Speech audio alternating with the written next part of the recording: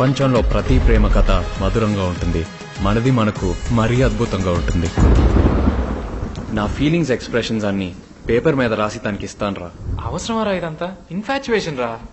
రే, అమ్మాయిని చూసిన వెంటనే అలా కళ్ళు పెద్దవైపోయి, మాట్లాడినప్పుడు హార్ట్ బీట్ పెరిగిపోయి, నవ్వితే బుర్ర బ్లాంక్ అయిపోయి, షేక్ హ్యాండ్ ఇచ్చిన వెంటనే చెయ్యంతా చల్లగైపోయి, అసలు ఏమి కాని అమ్మాయి కోసం ఒక్కో క్షణంలో అన్నీ వదిలేసుకొని ఎందుకు దేక్కుంటూ వెళ్ళిపోతాం రా.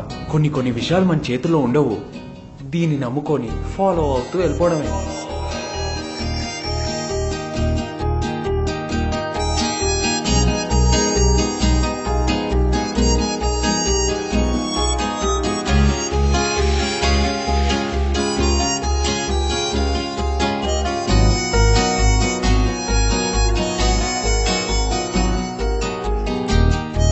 మరేం చేద్దాం?